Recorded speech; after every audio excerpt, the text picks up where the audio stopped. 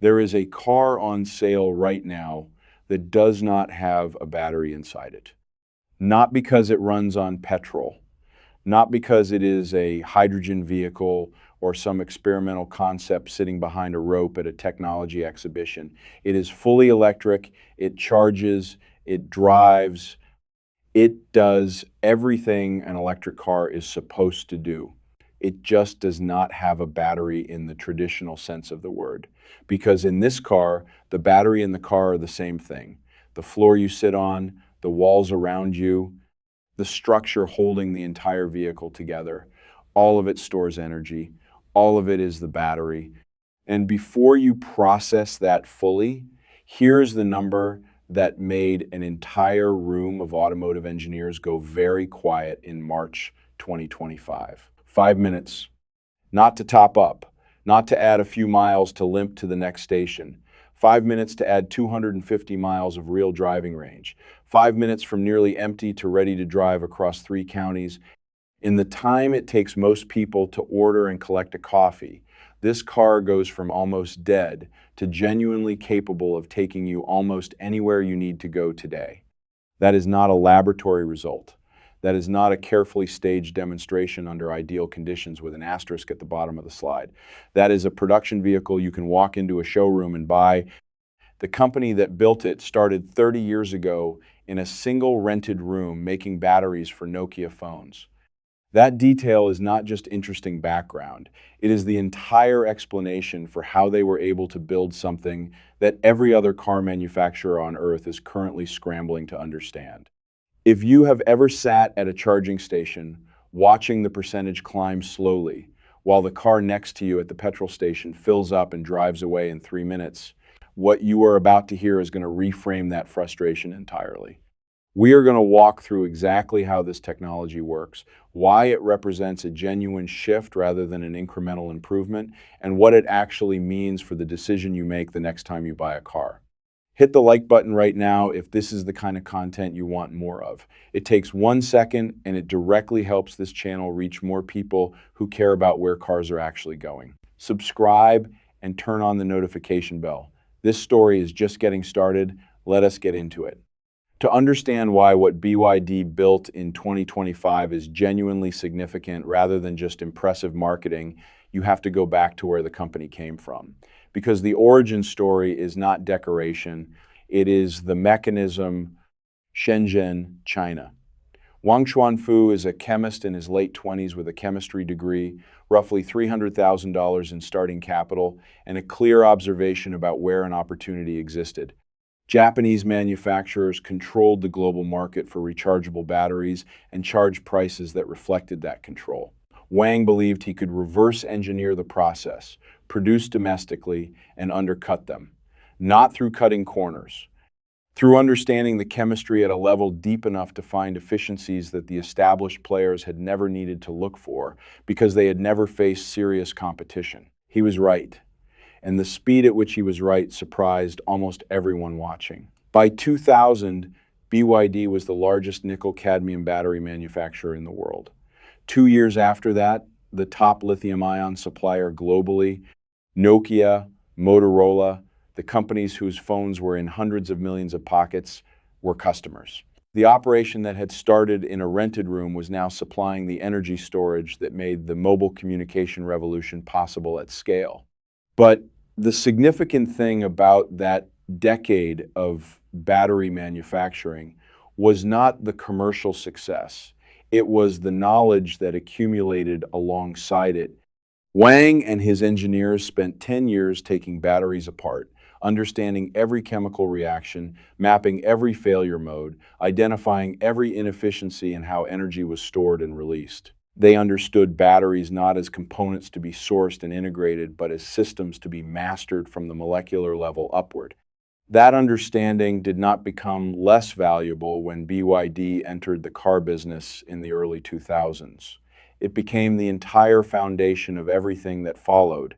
Traditional car manufacturers think about batteries the way they think about seats or windscreens. It is a component with a specification. You find a supplier who meets the specification at the right price, you engineer the vehicle around it, and you move on to the next problem. BYD never had that relationship with battery technology because BYD was the battery technology. The car was always a vehicle for what they already knew how to do better than almost anyone else on Earth. That distinction sounds subtle. The results it produces are not subtle at all. By 2020, BYD made a bet that the rest of the industry considered either brave or misguided, depending on who you asked. They committed their future to a battery chemistry called lithium iron phosphate, a chemistry that most competitors had already decided to move past. The reason everyone else had moved on was straightforward.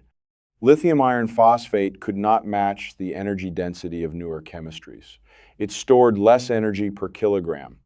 In a market where range anxiety was the primary barrier to EV adoption, choosing a lower energy density chemistry looked like choosing to compete with one hand behind your back. BYD looked at the same data and reached a different conclusion.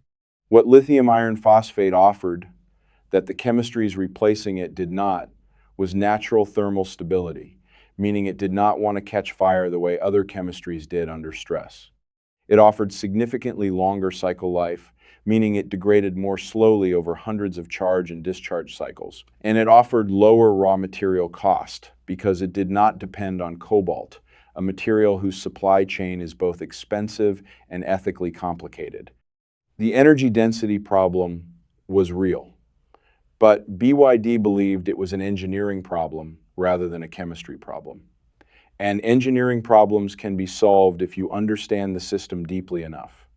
Their solution was to redesign the cell geometry entirely. Instead of building battery cells in the conventional cylindrical or prismatic format and then stacking those cells into modules and those modules into packs, BYD created cells that were long and flat, shaped the way the name describes, like blades. These blade cells could be arranged directly into the pack without any intermediate module layer, which eliminated a significant amount of packaging material that had been taking up space without storing any energy.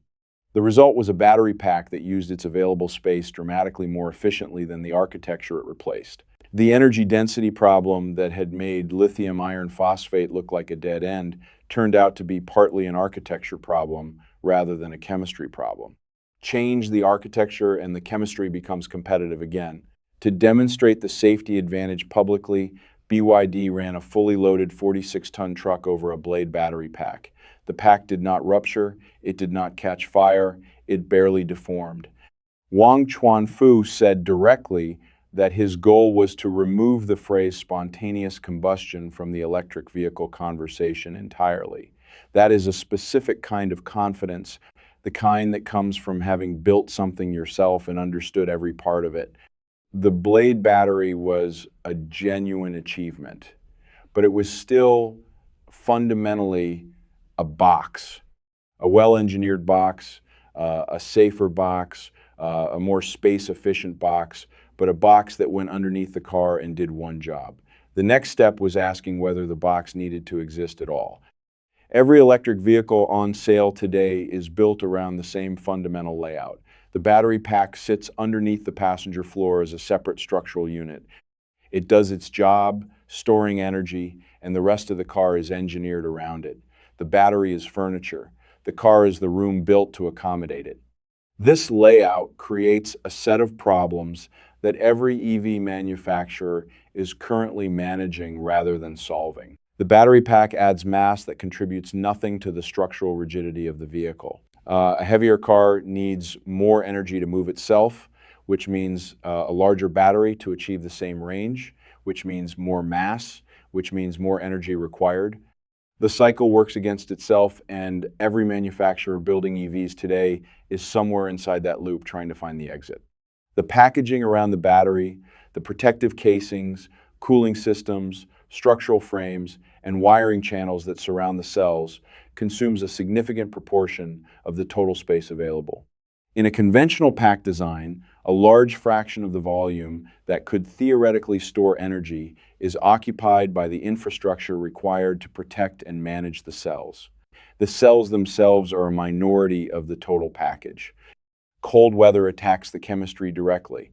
At low temperatures, the electrochemical reactions inside a lithium battery slow down. The battery loses accessible capacity.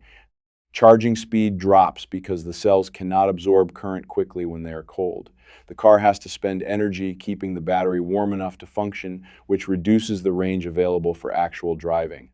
Every EV owner in a cold climate knows this experience. The range estimate that looked reasonable at home looks increasingly optimistic as the temperature drops. Charging time is the most visible friction point because it is the comparison that gets made every time someone stands at a pump watching their tank fill in 4 minutes. The best public charging infrastructure available today adds meaningful range in 30 minutes on a good day. That is genuinely fast compared to what was available 5 years ago. It is genuinely slow compared to the alternative everyone grew up with. BYD looked at the complete list of these problems and decided that iterating on the existing architecture would not produce the results the market needed. The architecture itself had to change. The question they asked was one that sounds almost naive until you examine the engineering answer. What if the battery was not inside the car? What if the battery was the car? The technology they developed in response to that question is called cell-to-body integration. The principle is more elegant than it sounds, and the implications are more significant than almost any single announcement the automotive industry has produced in the past decade. In a cell-to-body system, the battery cells are not packaged into a separate unit and then mounted to the vehicle.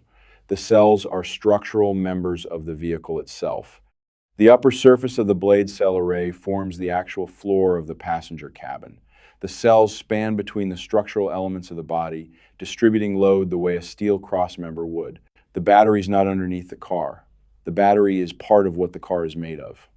The analogy that makes this click is the difference between carrying a heavy bag and wearing a backpack versus having your skeleton do the load bearing directly.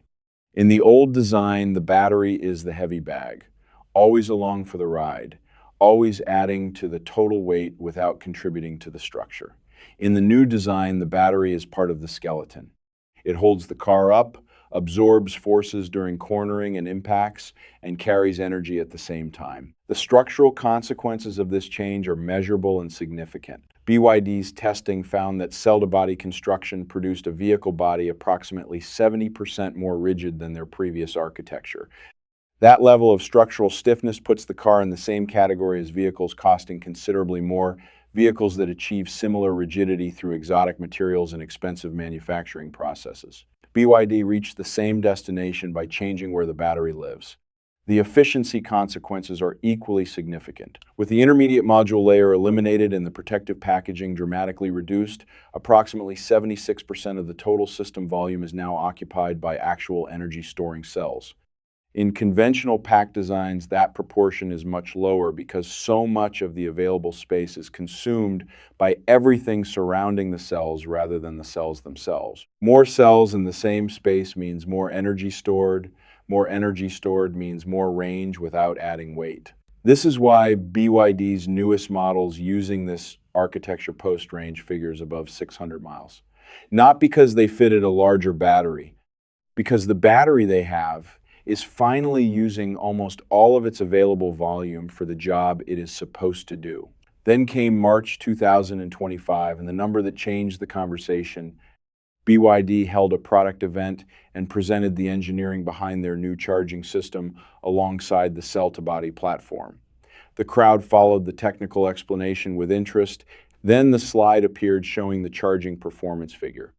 10% to 70% in 5 minutes.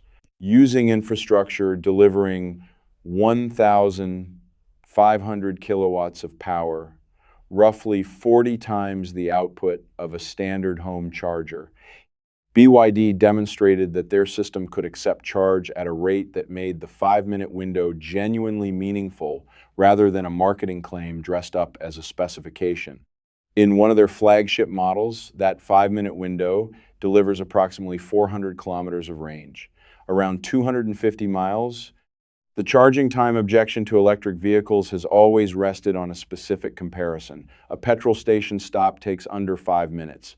An EV charging stop takes meaningfully longer.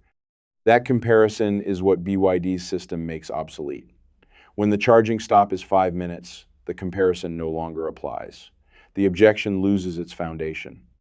The cold weather performance figure deserves specific attention because cold climate range and charging degradation has been one of the most persistent and legitimate criticisms of electric vehicle ownership in northern climates. At minus 30 degrees Celsius, which represents genuinely extreme winter conditions beyond what most people will encounter in daily life, BYD's system charges from 20% to 97% in approximately 3 minutes more than it takes at room temperature. 3 minutes, not 3 times as long, 3 minutes longer. This is a fundamentally different relationship with winter than any current production EV offers. The thermal management built into the cell-to-body structure maintains the cells within their optimal operating range, even when the ambient temperature is pushing toward the limits of human comfort outdoors. The battery does not need to spend energy warming itself up before it can accept charge. It is already at the right temperature because the thermal management system is integrated into the structure rather than bolted on afterward. The vehicle carrying this technology in its most complete form is the Yangwang U7, BYD's flagship full-size luxury sedan. Under Chinese certification testing, it achieves a range figure exceeding 1,000 kilometers on a single charge. Real-world driving will produce lower figures because real-world driving always does. But even with conservative adjustment for real conditions, the range is in territory that makes the question of whether you will need to charge on a given journey largely academic. For most journeys, most people actually take. A battery that charges in 5 minutes is only transformative if there are places to charge at that speed. BYD understood that delivering this technology without the infrastructure to support it would produce exactly the kind of early adopter frustration that has held back previous technology transitions. They solved the infrastructure problem before the car went on sale. The challenge with 1,500 kilowatt charging is that drawing that power instantaneously from the grid at scale would create demand spikes that electrical infrastructure in most locations cannot handle. BYD's answer to this problem is built into the charging stations themselves. Each flash charging station incorporates its own energy storage system. Throughout the day, the station draws power from the grid slowly and steadily at a rate the local infrastructure handles without difficulty. That energy accumulates inside the station. When a car arrives, the station releases its stored energy at full speed directly into the vehicle battery without placing any sudden demand on the grid at all. The station does the work continuously throughout the day so that the car can do its work in 5 minutes. BYD had over 4,000 of these stations operational before the technology reached customers. Their target for the end of 2026 is 20,000 stations across China. This matters because the historical failure mode of new charging technology has been the circular problem where network operators will not invest in infrastructure until there are enough compatible vehicles to justify it, and consumers will not buy compatible vehicles until the infrastructure exists to support them. BYD eliminated that problem by building both sides of the equation simultaneously. The scale at which BYD operates gives this technology a momentum that is difficult to overstate. Last year, the company sold over 4 million vehicles across a range that spans from affordable city cars to high-performance luxury products. Cell-to-body integration is not a feature restricted to one flagship model at the top of the range. It is a platform, and platforms spread across product lines as the manufacturing process matures and costs fall. The physics that makes structural battery integration work in a sedan works equally well in a van, a truck, a bus, or stationary energy storage for buildings and power grids. The same fundamental insight that the structure and the energy storage can be the same physical thing applies across every application where you need to move weight efficiently or store energy compactly. Every manufacturer currently building or planning electric vehicles is looking at what BYD demonstrated in 2025 and calculating the distance between where they are and where they need to be. Some have structural battery programs in development. None has yet combined cell-to-body construction, 5-minute charging, meaningful cold weather performance, and a deployed charging network in a single production vehicle available for purchase. The benchmark moved. It moved considerably, and it moved in one announcement. So what does this mean practically for someone making a car purchase decision in the next year or two? It means the three objections that have accounted for the majority of hesitation around switching to electric vehicles have been addressed simultaneously by a single technology platform. Charging time was the most cited friction point. 5 minutes removes it, not as a future promise, as a current specification in a car you can buy. Range was the second. Over 600 miles in production models and over 1,000 miles in the flagship removes it. The question of whether you will run out before you reach your destination becomes largely theoretical for any journey a reasonable person plans to take. Cold weather was the third. 3 extra minutes of charging time at minus 30 degrees removes it. The experience of watching a charging station deliver power at a fraction of its rated speed on a freezing January morning becomes a story you tell about older technology rather than a problem you plan around. When all three objections disappear at the same time, the decision calculus changes fundamentally. Not incrementally, fundamentally. The structural benefits extend beyond the battery performance. A body that is 70% more rigid than the previous architecture handles with greater precision, communicates the road more clearly through the steering, and distributes the energy of a collision across a larger proportion of the vehicle structure. The battery being integral to the structure means it is protected by the structure rather than being a vulnerable element underneath it. There is also a longer-term cost trajectory worth paying attention to. Fewer components, less packaging material, more of the physical system dedicated to its primary function. As the manufacturing process for cell-to-body construction matures, the cost per vehicle comes down. Technologies that begin in flagship products at premium prices follow a consistent path into mainstream products at accessible prices. The 5-minute charging system that currently lives in a high-end luxury sedan has a clear route into vehicles that ordinary buyers make ordinary purchasing decisions about. The electric vehicle was always going to reach this point eventually. The point where the remaining practical objections to switching fell away and the decision became straightforward rather than a calculated compromise. The question was always which company would get there first and how quickly the rest of the industry would follow. In March 2025, BYD put a number on a screen in front of a room full of automotive professionals, and the room went quiet. 5 minutes, 250 miles. A company that started making phone batteries in a rented room just redefined what electric mobility means in practice. If this gave you something to think about, hit the like button before you go. 1 second of your time makes a genuine difference to whether this channel can keep producing content like this. Subscribe and turn on notifications so you catch the next one before it reaches the mainstream. And leave a comment with your honest answer. If there was a 5-minute flash charger near your home tomorrow, would that finally make the switch feel like an obvious decision rather than a compromise? I read everything. See you in the next one.